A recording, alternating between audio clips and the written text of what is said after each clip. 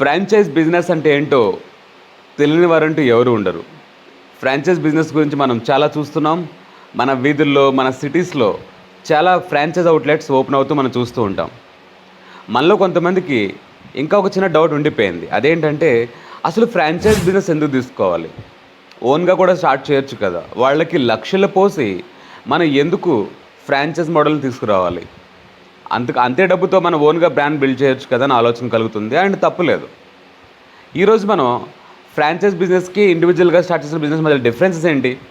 Franchise start చేయడం వల్ల కలిగే లాభాలు, లేదా ఓన్‌గా స్టార్ట్ చేయడం వల్ల కలిగే లాభాలు అనే విషయంపై ఈరోజు మనం తెలుసుకోబోతున్నాం. అంతేకాకుండా personal finance, business, share market problems లాంటి విషయాల్లో ఎవరికైతే ఇంట్రెస్ట్ ఉందో అలాంటి వారి కోసం నేను మన ఈ తెలుగు ఫైనాన్స్ టీవీ ద్వారా నాలెడ్జ్ వీడియోలో అందిస్తుంటాను. This is Satya Gummapu. Welcome to Telugu finance TV.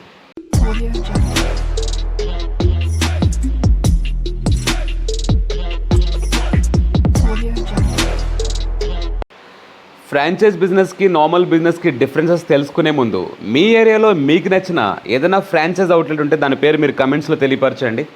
ముఖ్యంగా మనం ఫ్రాంచైజీ బిజినెస్ అండ్ ఓన్ బిజినెస్కి మధ్య ప్రైమరీ డిఫరెన్సెస్ గురించి ఈరోజు ఈ వీడియోలో తెలుసుకోబోతున్నాం. ఎవరైతే ఫ్రాంచైజ్ ఇస్తారో వారిని ఫ్రాంచైజర్ అని, తీసుకునే వారిని ఫ్రాంచైజీ అని పిలవడం జరుగుతుంది. ఈ మోడల్లో ఏం జరుగుతుందంటే ఫ్రాంచైజర్ దగ్గర నుంచి బిజినెస్ లైసెన్స్ తెచ్చుకుంటారు. అంటే ఒక ఫ్రాంచైజర్ కష్టపడి ఒక బ్రాండ్ని బిల్డ్ చేస్తారు స్క్రాచ్ నుండి. అంటే దాంట్లో ఉండే ప్రాబ్లమ్స్ అన్నిటిని వాళ్ళు రెక్టిఫై చేసి ప్రతి ప్రాబ్లంకి సొల్యూషన్ని రెడీ చేసుకుని అప్పుడు వారు బిజినెస్ని మల్టిప్లై చేస్తారు ఫ్రాంచైజ్ బిజినెస్ మోడల్ సహాయంతో. అప్పుడు ఏం జరుగుతుందంటే మనం ఒక ఫ్రాంచైజీగా అక్కడికి వెళ్ళి బిజినెస్ మోడల్ని లైసెన్స్ తెచ్చుకుని యాజ్ ఇట్ ఈస్గా వారి యొక్క లోగోని, బ్రాండ్ని, వాళ్ళ యొక్క గుడ్ విల్ని మొత్తాన్ని మనం వాడుకోవడానికి ఇక్కడ ప్రయత్నిస్తాం. అలా వాడుకున్నందుకు వారికి మనం ఫ్రాంచైజ్ ఫీజ్ అని, రాయల్టీ అని కడుతూ ఉంటాం. ఇక్కడ ప్రశ్న ఏంటంటే ఓనర్షిప్ స్ట్రక్చర్ గురించి మనం మాట్లాడుతున్నాం. ఓనర్షిప్ స్ట్రక్చర్లో ఏం జరుగుతుందంటే ఇక్కడ మీరు ఆ పర్టికులర్ ఫ్రాంచైజీ అవుట్లెట్కి మాత్రమే ఓనర్గా ఉంటారు, కానీ ఆ బ్రాండ్కి కానీ ఆ యొక్క బిజినెస్ మోడల్ కానీ యాక్చువల్ ఓనర్ అయితే ఫ్రాంచైజరే అవుతారు.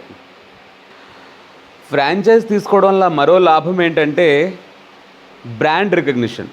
అంటే మీరు ఒక బిజినెస్ స్టార్ట్ చేస్తారు అంటే ఒక ఏరియాలో మీరు ఫ్రాంచైజ్ ఓపెన్ చేస్తారంటే అది ఆల్రెడీ ప్రజలకు తెలిసే ఉంటుంది. తెలియకపోయినా ఆ ఏరియాలో తెలిసేలా చేసేందుకు మార్కెటింగ్ సపోర్ట్ కూడా కంపెనీ చూసుకుంటుంది. సో ఆ విధంగా మీరు ప్రజల్లోకి, పబ్లిక్లోకి ఈజీగా పెనట్రేట్ అవ్వగలుగుతారు. వేరే ఇండివిజువల్ బిజినెస్ విషయంలో చూసుకుంటే కనుక మీకు చాలా సమయం పడుతుంది. స్క్రాచ్ నుంచి ఒక బ్రాండ్ బిల్డ్ చేయడానికి, మీరు మార్కెట్లోకి వెలుగులోకి రావడానికి ఖచ్చితంగా సమయం అయితే పడుతుంది. ఇంపాసిబుల్ అని కాదు. వారు కూడా ఎవరైతే మీకు ఫ్రాంచైజ్ ఇస్తున్నారో వాళ్ళు కూడా అక్కడి నుంచి స్టార్ట్ చేసి దాంట్లో ఉన్న ఫ్లాస్ అన్ని సెట్ చేసి ముందుకు వచ్చిన వారే.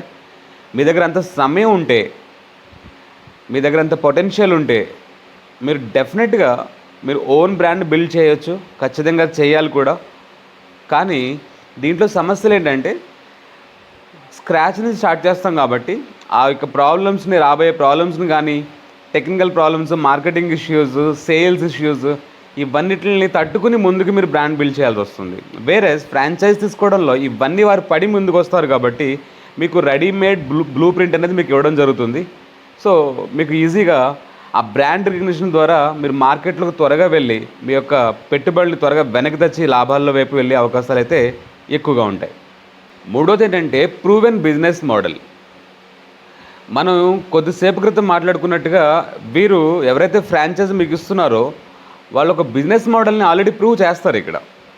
అంటే ఒక స్క్రాచ్ నుంచి వారు స్టార్ట్ చేసి దాన్ని వాళ్ళు ఒక సక్సెస్ఫుల్ మోడల్గా ఎస్టాబ్లిష్ చేశాకే వారు ఫ్రాంచైజ్ ఇవ్వడం జరుగుతుంది. అప్పుడే వాళ్ళు బిజినెస్ మల్టిప్లై చేస్తారు. ఆ సక్సెస్ఫుల్ బిజినెస్ మోడల్లో మార్చే ప్రాసెస్లో ఆ వచ్చే ప్రాస్ అండ్ కాన్స్, ఆ ఫ్లాస్ని ఏవైతే ఉంటాయో ఫ్లాలెస్ మోడల్గా వారు డిజైన్ చేసి, ఏదన్నా ప్రాబ్లం ఉంటే దానికి సొల్యూషన్ ఏంటో సహా రెడీ చేసి ఒక ఎస్ఓపి డిజైన్ చేసి, అది ఫుడ్ బిజినెస్ అయితే కనుక ఒక రెసిపీ ఉంటుంది, వేరే ఏదైనా బిజినెస్ అయితే ఒక ఎస్ఓపి ఉంటుంది. దాంట్లో మ్యాన్ పవర్ నుంచి మొదలుకొని making, manufacturing, supply chain, everything వారు ఆ ఎస్ఓపిలో పొందుపరచడం జరుగుతుంది. దాని ద్వారా మీకు ఏం జరుగుతుందంటే దాన్ని యాజ్ ఇట్ ఈస్గా తీసుకొచ్చి ఇంప్లిమెంట్ చేయడం అనేది చాలా ఈజీ అవుతుంది. వేరే మీరు ఓన్గా స్టార్ట్ చేస్తే మనం ముందుగా మాట్లాడుకున్నట్టుగా ఇవన్నీ మీరు సెట్ చేయాలి, ఇవన్నీ మీరు తయారు చేయాలి. సో ఇది time consuming and risky as well. So దీంట్లో లాభం అయితే ఉంది, డెఫినెట్గా మీరు ఓన్గా మీ యొక్క own identification, own brand recognition అయితే పొందవచ్చు. కానీ రిస్క్ కూడా ప్యారలల్గా ఉంటుంది. వద్దు రిస్క్, టైం వేస్ట్ చేయడానికి ఇష్టం లేదు అనుకుంటే ఇక్కడ ఫ్రాంచైజ్ బిజినెస్ చాలా మంచి మోడల్. దాని ద్వారా మీరు వెళ్ళి ఈజీగా మీ మనీని అయితే కనుక మీరు మన బ్రేక్ ఈవెన్ పాయింట్కి త్వరగా రాగలుగుతారు. బ్రేక్ ఈవెన్ పాయింట్ అంటే మీరు పెట్టిన పెట్టుబడి మీ చేతికి వచ్చిన పాయింట్ని బ్రేక్ ఈవెన్ పాయింట్ అంటారు. ఆ బ్రేక్ ఈవెన్ పాయింట్కి మీరు త్వరగా వచ్చేయగలుగుతారు. కానీ సొంతగా బ్రాండ్ బిల్డప్ చేసినప్పుడు ఏం జరుగుతుందంటే బ్రేక్ ఈవెన్ పాయింట్ని మీరు గెస్ చేయడం, అంటే ప్రెడిక్ట్ చేయడం కొంచెం కష్టమే అవుతుంది. ట్రైనింగ్ అండ్ సపోర్ట్ మరో ముఖ్య అంశం. ట్రైనింగ్ అండ్ సపోర్ట్లో ఏం జరుగుతుందంటే మనం ఎప్పుడైతే ఫ్రాంచైజ్ తీసుకుంటామో మనకి కావాల్సిన ట్రైనింగ్, ఓనర్స్ దగ్గర నుంచి స్టాఫ్ వరకు కంప్లీట్ ట్రైనింగ్ అయితే ఫ్రాంచైజర్ టీమ్ అండ్ ఫ్రాంచైజర్ కలిసి ఇవ్వడం జరుగుతుంది. దీనివల్ల ఏంటంటే మనకి ఈజీ అయిపోతుంది. ఓకే, ఇది ఇలా ప్రాబ్లమ్స్ ఇలా చేయాలా, ఇది ప్రాబ్లం, ఇది సొల్యూషన్. మనకేంటంటే మన బిజినెస్ ఒకసారి స్టార్ట్ అయిన తర్వాత కూడా ఏదన్నా ఇష్యూస్ వస్తే కనుక టెక్నికల్గా వారు మీకు సపోర్ట్ చేయడం జరుగుతుంది ఇక్కడ.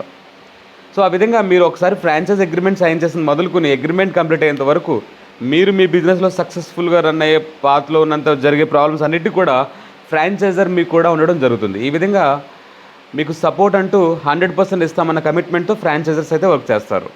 వేరే ఇండివిజువల్గా మీరు స్టార్ట్ చేస్తే కనుక మీ ప్రాబ్లమ్స్కి మీరే సొల్యూషన్స్ వెతుక్కోవాలి.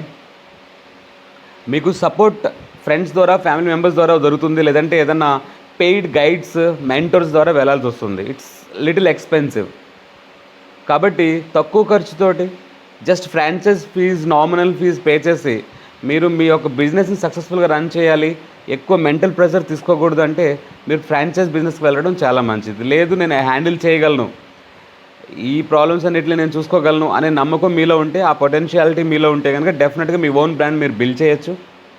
చివరిగా మార్కెటింగ్ అండ్ అడ్వర్టైజింగ్. ఎప్పుడైతే మీరు ఫ్రాంచైజ్ అవుట్లెట్ ఓపెన్ చేస్తారో మీ తరఫున మీ ఏరియాలో కూడా మార్కెటింగ్ కంపెనీ వారు చేస్తారు. సోషల్ మీడియా హ్యాండిల్స్ వాళ్ళకి ఇన్స్టాగ్రామ్, ఫేస్బుక్, యూట్యూబ్స్ ద్వారా అండ్ ప్రింట్ మీడియా ద్వారా వాళ్ళు అనేక రకమైన మార్గాల ద్వారా మార్కెటింగ్ సపోర్ట్ అయితే మీకు ఇస్తారు, అడ్వర్టైజింగ్స్ చేస్తారు. అదే మనం సొంతగా స్టార్ట్ చేసినప్పుడు ఆ మార్కెటింగ్ ఖర్చులు ఏవైతే ఉంటాయి, తర్వాత బ్రాండ్ మార్కెట్లో పెనెట్రేట్ అయ్యడానికి అయ్యే ఖర్చులు, కస్టమర్ ఎక్విజిషన్ ఛార్జెస్ ఇవైతే ఉంటాయి కదా, అది మన మీదే పడతాయి. వేరేజ్ ఫ్రాంచైజ్ తీసుకోవడం వల్ల ఈ ఖర్చు అయితే మనకు తగ్గుతుంది. అది మరొక బెనిఫిట్ అని చెప్పుకోవచ్చు ఇక్కడ. ఓకే గైస్, ఈరోజు మీకు ఈ వీడియో ద్వారా ఫ్రాంచైజ్ బిజినెస్ తీసుకోవడం వల్ల లేదా ఓన్గా స్టార్ట్ చేయడం వల్ల కలిగే డిఫరెన్సెస్ ఏంటి అనేది బేసిక్ ఇన్ఫర్మేషన్ అయితే మీకు ఇవ్వగలిగానని భావిస్తున్నాను. ఇలాంటి మరెన్నో వీడియోస్ కోసం స్టేజ్ ఉండి Telugu finance TV. Signing off, Satya Gummapu.